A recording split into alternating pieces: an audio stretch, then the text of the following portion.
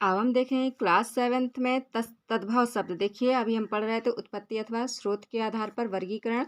तो उनका जो वर्गीकरण होता है कितने कितने शब्दों में होता है? 5 प्रकार में होता है, जैसे कि तत्सम, तद्भव, देशज, विदेशी और संकर।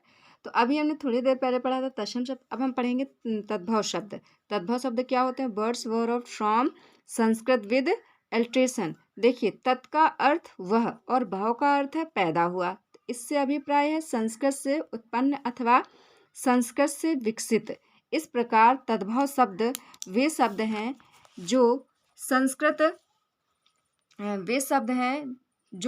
शब्दों से विकसित हुए हैं। संस्कृत भाषा के जो शब्द अपना रूप बदलकर हिंदी भाषा में प्रयुक्त होते हैं वे तद्भव शब्द कहलाते हैं। अर्थात कहने का अर्थ आप समझ गए हो कि ऐसे शब्द जो संस्कृत शब्दों से विकसित तो हुए लेकिन संस्कृत भाषा के जो शब्द अपना रूप बदलकर हिंदी भाषा में प्रयोग होते हैं वे शब्द क्या कहलाते हैं? तद्भव शब्द। देखिए जैसे कि घर, तो घर हमारा क्या है? तद्भव शब्द बन गया है। क्यों? क्योंकि ये ग्रह संस्कृत से हुआ है लेकिन इन्होंने अपना रूप बदला तो ये हिंदी में आए और जब हिंदी में प्रयोग किए गए तो ये क्या कहलाए? तद्भव शब्द कहलाए।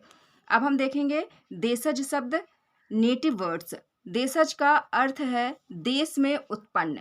जो शब्द स्थान और परिस्थिति के अनुसार देश में ही निर्मित कर लिए जाते हैं देशज शब्द कहलाते हैं। जैसे कि देखिए जो भी शब्द हों जिन्हें हम बाहर से नहीं ले रहे हैं, अपने ही देश में उन शब्दों का हम प्रयोग कर रहे हैं, अपने ही देश में हमने उन्हें स्वयं से बना लिया है तो वो हमारे क्या बन गए? देशज शब्द बन गए। जैसे कि पेड़, चूहा और भी ऐसे कई उदाहरण हैं, लेकिन अभी आपको समझाने के लिए हो सकता है कि पेड़ और चूहा, तो ऐसे ये शब्द हमारे क्या हैं? देशज शब्द हैं।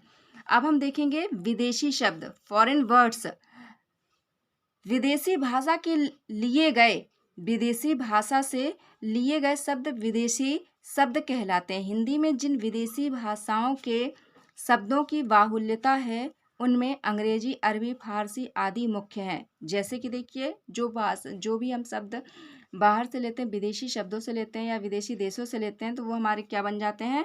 विदेशी शब्द कहलाते हैं। जैसे देखिए आप में सबसे ज़्यादा क्या यूज किया जाता है? अंग्रेजी लैंग्वेज, अरबी, फारसी, ये लैंग्वेज हमारी। तो यहाँ पर मैंने कुछ मुख्य भाषाएं यहाँ पर आपको दी हैं। देखिए जैसे कि अंग्रेजी है तो अंग्रेजी में कार, बटन, डॉक्टर आदि शब्द हैं। अरबी भाषा में देखिए वकील, किताब, औरत।